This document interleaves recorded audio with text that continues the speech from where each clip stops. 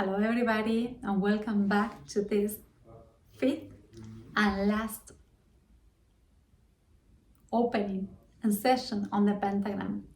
We have seen the sacred geometry, the power of the number 5. We have seen the correlation in men. We have tracked the pentagram all over history until we reach the region of Alexandria, where there are two civilizations that meet: the ancient wisdom of the stars through Sumeria, along the river Nile, opening into the Mediterranean Sea, and the promise of the new civilization that will be taken over by the Greek culture, and from there will constitute the pillars of our knowledge today. And we have seen how the pentagram represents for the Greeks a very sacred geometrical form. We have discussed how it became the insignia, the recognition sign of the Pythagorean followers and of the school of this great master Pythagoras. And we have also seen how from there it will eventually permeate all the different traditions from the Greek civilization up to our days. And coming back to Greece, there's a very interesting point, and it is that the Greek astronomers realize, looking at the skies, that there's a planet that has an orbit seen from the surface of the Earth that describes the sign of a pentagram. And this planet is the planet Venus. So the Greek astronomers noted that Venus, in its path through the sky, bóveda, forms a pentagram that tends to be irregular over the years, but that every 8 years it forms a perfect symmetrical design. And this is very important because we are speaking about the holographic knowledge, and in a way Venus, seen from the Earth, its path, it reminds us that the experience of the Earth is experience of a fivefold development of the wand, and that we have in our path as human beings with 5 extensions. We have to equilibrate our energies to reach, when the stars allowed it and when the time allows it, to reach a perfect form that will allow us to move forward through the path. And from Greece,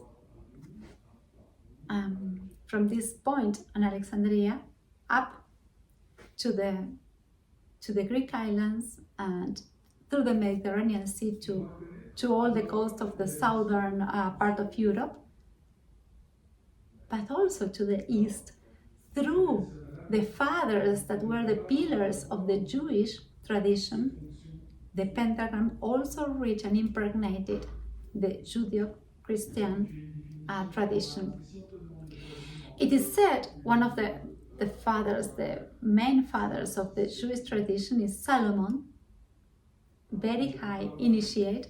He built the temple, the first temple of Jerusalem, and Solomon received this knowledge because he was himself a seeker, an initiate, and he received and he mastered this knowledge, and he decided to put in his seal, in his way of recognizing himself and in his symbol as a king, he decided to put in his seal the pentagram. And in the Jewish tradition, the pentagram is known as the seal of Solomon. And from there, It is also known that in the Jewish tradition, in the sacred book of the Pentateuch, the pentagram stands as a symbol of supreme truth, the highest truth that we can achieve. And so through the pentagram, man can receive encoded the information to perfection itself, to a perfect star, to transcend to higher instances. From the Hebrew tradition, the link goes to Christianity in the era of pieces where everything is more dramatic and terrible, and the pentagram represents truth in the first Essenian and perfection, truth and perfection in the first Essenian text and knowledge and tradition, and then convert through the image of the crucifixion and Christ into all the passion of the Middle Ages and represents the five wounds of Christ. And through Christianity, in the mystic tradition of the dark ages of the Middle Age, they're seekers, and these seekers take us to the northern part of France and the southern part of the British Islands, and there we'll find the fighting monks, the Templars, and all the Arthurian tradition. And the Templars, who had occult knowledge that they were safeguarding in the Dark Ages, the Templars in their seal also have the five-pointed star. The five-pointed star during the Middle Ages is designed to recognize the Templar tradition. And if we speak of the Middle Ages, we also have to mention Gawain in his search, this young knight in his search for the Supreme. And Gawain, or the Green Knight, the knight that goes through the forest looking for the Grail, has in his shield the sign of the pentagram. He's a seeker and he's looking for perfection. And remember that he needs to master the five senses in the head, but he has the two limbs. And what is he carrying the two limbs? He's carrying one limb, a weapon, no? The sword that which gives, and in the other his shield that has the five pointed star. And the shield, that is a sign of protection, will eventually be discarded to be exchanged by what he's seeking, the objective of his seeks, which is the Grail. So in the balanced human being, the fact of giving and receiving is not giving and protecting us and shielding us, giving and shielding us. That is the way of the fighter. The way of the Templar is giving and receiving, the sword and the Grail. But he's still looking for the Grail, so he's still shielding himself and protecting himself, because he's seeing life as a combat instead of seeing life as a continuous and perpetual cycle of movement of energies and exchange and giving and receiving from the heart. So in the Middle Ages, Templars and the Arthurian saga with Gawain as the hero also are penetrated by the mystic and magic power of the pentagram. In the Renaissance and in the Romanticism, the pentagram is penetrated by the world of magic. And if we speak of the Renaissance, we have to mention Heinrich Cornelius Agrippa, very powerful initiate alchemist in contact with the elementals of the nature, he took the sign of the pentagram as the symbol of alchemia working with the 5 elements. He took this from the Pythagorean school and adapted it to this era where all the culture in the center of Europe is coming back to see the light.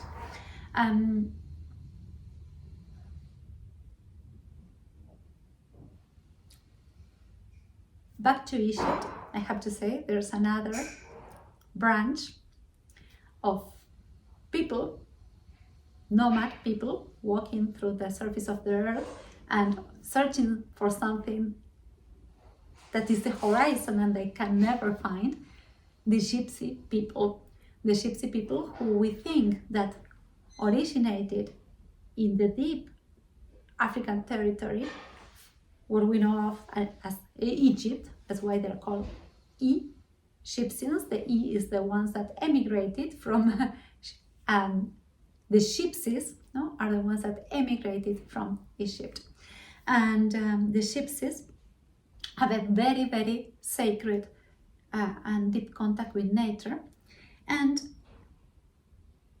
they find the pentagram in the sacred fruit of the apple. They know that if they cut the apple in two and we open it, we find the 5-pointed stars. And the magic thing of nature through this fruit is that each one of the arms has the potential of the seed to regenerate life. So the gypsies consider the apple a sacred fruit due to this finding in the core, in the center of the apple, when we open it, the 5-pointed stars. And remember that also the apple becomes sacred to the Druid tradition. And the Druids also had this deep contact with nature, and for the Druids, the pentagram is also the sign of the cycle of life, perpetuating itself. The Druids also see the sacredness in the fruit of the apple, and for them, it's represented by a very, very ancient goddess of the underworld, Morrigan, who will then convert into Morgana, no? in the Middle Ages and in the Arthurian saga, and Christianity, who wants to rule by the sword and the head, forgets the connection of the other kingdoms and the force of the lines of the earth and the power and potency of the deep ancient goddess of the underworld. So they try to fight Morgana as a sign of the old religion and all ages instead of integrating it, and there we find decision with all the sacred and divine femininity in the Christian tradition. So, oh dear, we have visited many things already. I have also to mention that other traditions, like the faith that is called Baha'i, the tradition Baha'i, also a very sacred, the pentagram is a very, very sacred symbol. And for the Serer religion, deep in Africa, they say that they receive all their knowledge from the Sirius star, also receive it through the sign of the pentagram. So I think that by now we have looked into the sacred geometry, the power of the number 5. We have looked how the pentagram represents our physical body and our constitution, how it was given to us through the ancient knowledge coming from the stars, mostly Sirius, and it served as a vehicle of deep knowledge coming from the stars to see it and help develop the human race, and how from Sumeria, Babylonia, it reached the Nile, and through the Nile came up to Alexandria and the Greeks, and from there to the Jewish fathers of tradition, and from there to all the cultures of the world. Nowadays, it's represented in many flags. Morocco, Ethiopia have the sign of the pentagram. It used to be also the sign of the city of Jerusalem, no? During the time of King Solomon, but up to the Middle Ages. Curious enough, the city of Nagasaki, no? Where this powerful experience of the atomic forces took place, the city of Nagasaki has the sign of the pentagram. And of course, all the interlaced pentagram in the Freemasons, they know. They know that it's a sign of virtue and duty. And for the path of the women Mason also, it's called the Eastern Star. No? Venus, the first star that appears on the horizon when the sun comes down, that has the path of the pentagram, is taken over by the Freemasonry in its women's eyes and taken as a symbol, the symbol of the pentagram, calling it the Eastern Star, the star towards which we align, and it's a promise of being able to transcend to higher instances.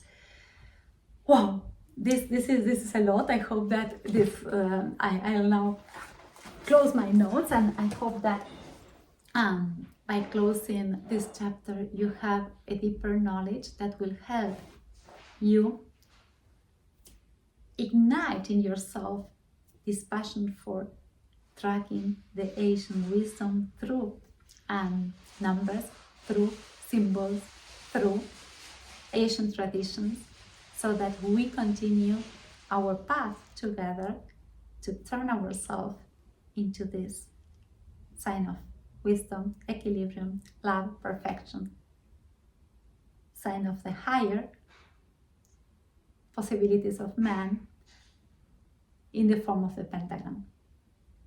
Thank you very much, and we will meet again in our next session. Thanks.